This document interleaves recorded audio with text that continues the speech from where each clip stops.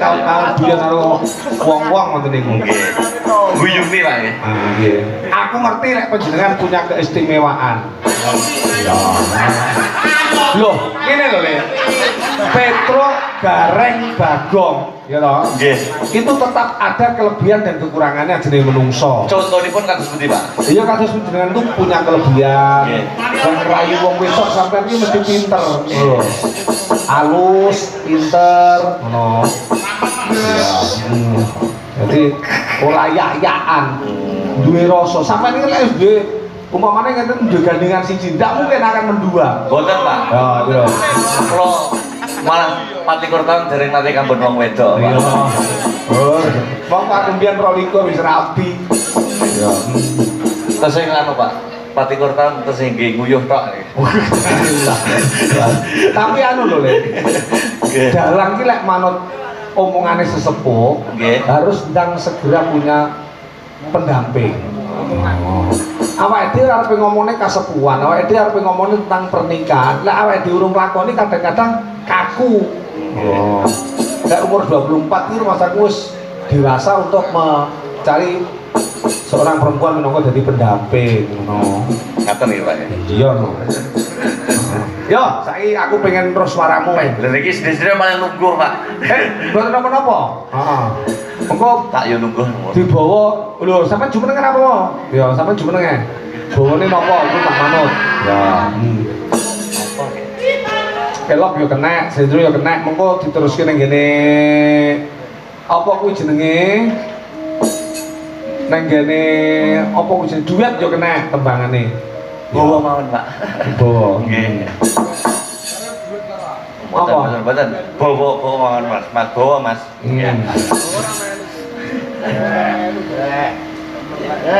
Memanismu hang jiwa.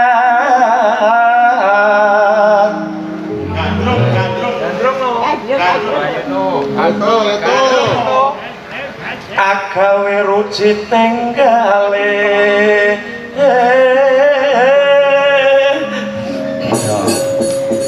Lara apa kang sinadya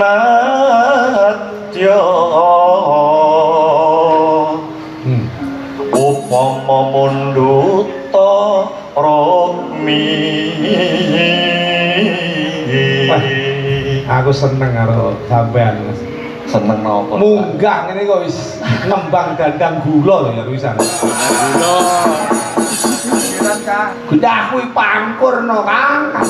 Cangkem iki ora sing godak ngomongi mbok ora. Wong ora ngerti ora usah. Kuwi genah ki nantri ngono. Sinom kok. Ya. Tartamtu tak turuti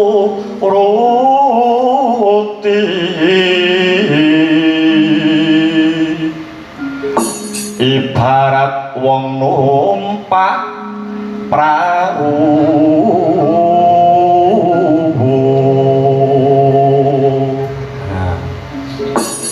lumampah tanpa walah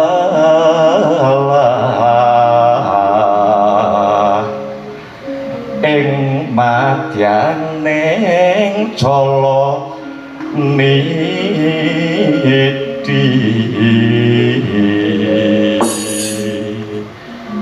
temah kunjing hanggenjong ning pagulingan. Ya. Tepuk tangan untuk Dinakar. Wah, hebat. Suatu kehormatan panjenenganmu bisa teko mriki. Oh. Aku duwe tembang sing ngarang niku Umpun Sedo, Mas. Sinten, Pak? Komponis Tulungagung Bapa Wangsa Subagio. Tembangipun Roro Mendut. Niku asli made in Tulungagung. Nggih, jenengan mireng nggih ben ditembangke kalih Nduk Iwang karo Nduk Puri. Nggih. Ya. Monggo, Pak. Ayo jumeneng sing kepenak. Ya sing kepenak. Napa? Lho, jenengan mandang. Mboten sir napa-napa nggih. Oh nggih, terima kasih Mas Agrar. Engko kapan-kapan ketemu malih nggih. Ya. Ya, sareng-sareng ing wayah esuk jagone kula. Rame suarane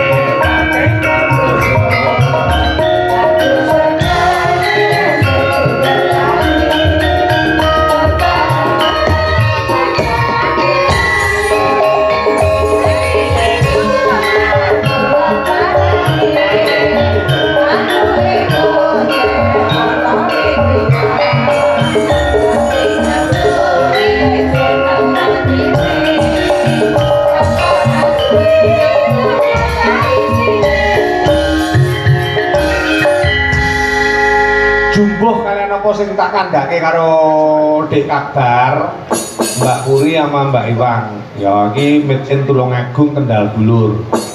Rokoke roro mendut sing sapa udut. Ya mangga diwiwiti saka buka celuk. Ya.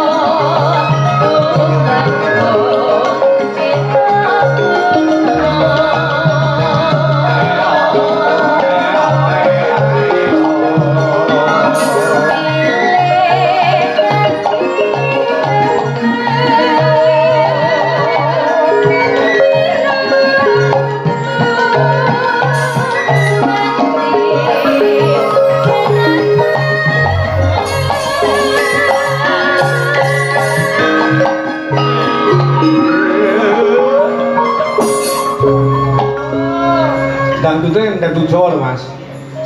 Tuntak juga. Mas Budi.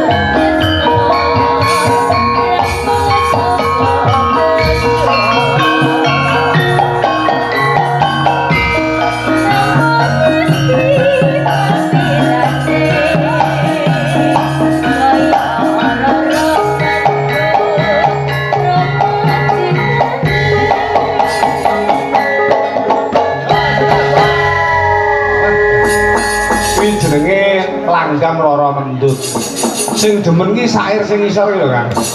Sing endi?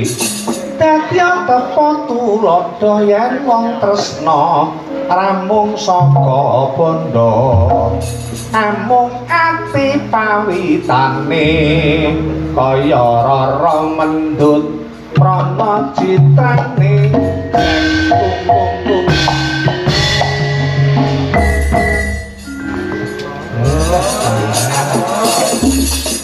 Ayo, teruske. Sugeng dalu Mbah Hanom. Amin. Jendalu. Panjenengan sehat, Mbah? Amin. Alhamdulillah, semoga sehat selalu, panjang umurnya. Amin. Semoga awet lah ngomong anak putune. Mugi-mugi niken saged nderek jenengan terus. Jenengan jangan sakit. Nanti nikennya sedih. Mbah, aja sakit. Nanti niken nangis gimana? Ya, aku sih bang orang-orang kok. Yang sakit biar Mbak Karen aja. Kan Mbak Karen kan nggak soro itu. Nek Mbak kan dalam itu melek sampai pagi. Kalau Mbak Karen kan enggak. Mbak Karen kan Nek mumi ya orang-orang itu kayak saksi apa lagi mumi darengipun. Darengipun. Oh, aku ketahui baik kalau putune wah. Halo, lu jangan bicara yang macam-macam dong. Bukan kandani ya Mas Gareng. Putuku ini kan kuwi oleh derek cinta orang saya tak kuwi zaman isih SD. Indi. Tak kangen apa orang andel. Dereke anu baik. ya. Dereke baik wiwit umur piro kelas piro? Wet cilik sak cindil kae.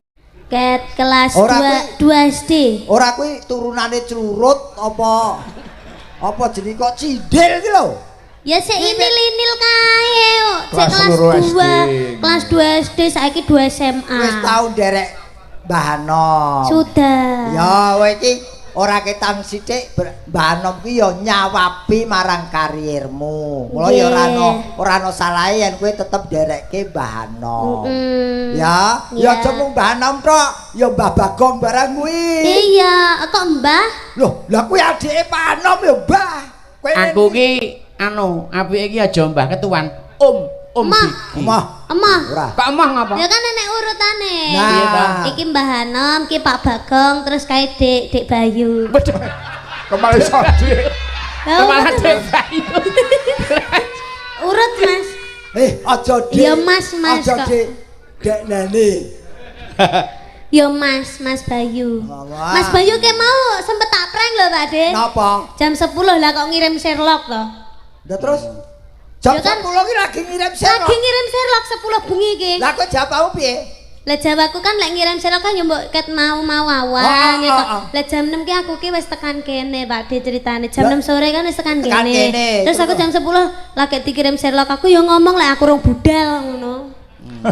Oh iya bener kesalahan dia kamu manfaatkan bahan ngapa. Lho kowe lak sing ngekeki jam piro? Jam 10. Lho aku kuwi wayangan wis bubar lagi dikeki Sherlock kok. Lah ber jare lara kok ya ora tak kabari. Lah jare sing lara ben Mbah Gareng wae. Niken lho. Oh lara.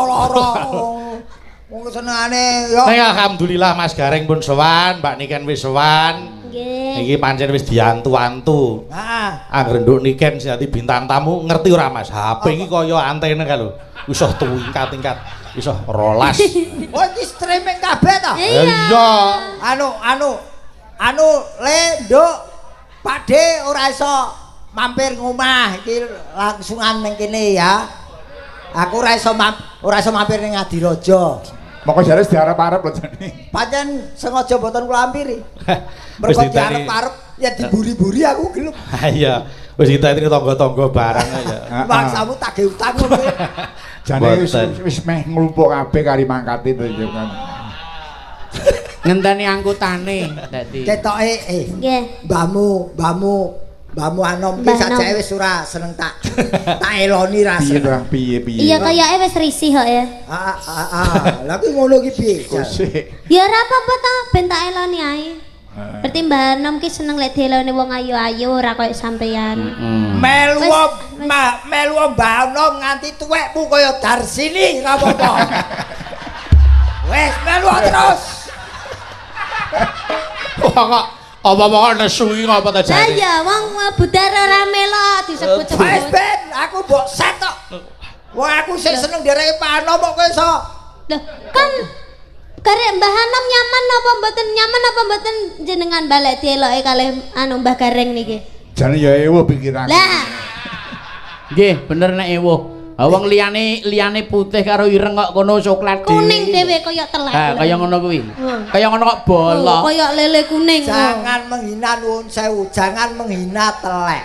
Ora kurang ngomong Kowe telek. sedina ora iso nelek, bosok wetengmu. Loh, emang aku sedina iki mau rong telek kok. Ndang kono telek nang arep. Rong dina pisan aku. Aku rong dina pisan. Lek sedina pisan wong normal, aku ora normal kok. Nelek ngene gare malah kaya lele. Kowe dina rong nelek to. Urung. Sake kae ya. Nyapa? Kae lho sing nemu dhewe. Nyapa? Nganti nganggo pampers. Nelek. Ora sak rebuk telek ayo. Jenengane ngomong telek kok. Ayo. Iki gedung iki kan kowe matur apa sih karo panjenenganipun keluarga besar dari Pak Dani Srianto. Siapa itu Pak Dani Pak Srianto? Lho kowe iki sing bayar kowe kok. Lho aku teko Mas Bayu kok. Wah makelar to kae. Ora sae lho. Ngono aku wis Den, aku. Wah ora ben Pak Dani dhewe. Wah jebule lewat kowe. Mboten, aku ki mung menghubungkan Mas Dani ngersake Mbak Niken. Nduk Niken. Apa? Mas Dak kok apa kuwi aku ki Mbak Niken ora sampeyan kok. Sampeyan iki jenenge sapa? Gareng karo Niken kok ora iso Aku ora jawab bedake. kowe wong aku jawab Bayu. Aku ora nyeluk kok. Aku jawab Pak Anom to. Aku meneng iki. Kowe iki ngrumangsanono ya. Anu, Pak Dani liyane mriki sing enten wayangan pundi kula tak pindah gon mawon. Halo, nang TV enek lho, ning wayangan lho. Aku nang kene ra diakoni dalang telu. Ngene ya Mbak Niken. Nggih pripun Pak Wis Bapak? anu arep golek darang liyane. Aneh. Oke. Mbah Warsino. Mbak Warsino Batu. Wis. Bawa seno mboten ngomong. Ndak gelu sing ora ono. Niki acarane napa? Anu ngene ya Mbak Niken, saka kersane Mas Dani iki tasakuran, ya ta? Nggih. Milad Pondok Pesantren Al-Mardiyah, lan uga Haul Akbar Luhur Al-Mardiyah. Nggih. Iki kegiatane akeh banget, kegiatan sosial lan uga kegiatan hiburan sing niate nglipur masyarakat. Lah warga kene iki kangen karo sing jenenge Mbak Niken Salindri. Oh nggih. Kuwi sapa meneh? Liyane Niken Salindri sapa? Aku ya dalang ya iso. Aku enek irenge kok kaya telek cecak nok putih karo ireng. Wong ki ora ana sing sempurna. Sesuci apapun orang pasti punya dosa walaupun setitik. Weh, ya ibah. Iya. Mula sesuk neh iki anu konfirmasi se. Apa, Mas? Sampeyan ki nek lewat anu Limbuk, Mas Limbuk klambine apa? Seragame apa? Ben ketok Menyesuaikan. kaya keru. Lah. Ngerti ra? Keru kok keru. Dalam kono ki TLK. Apa iki? PLK. Telek. Wah, Telek. Den, kok warnane apa biru? Bareng aku nggawa biru, ngerti-ngerti ireng. Aku ping piro ae diblusukke. Lah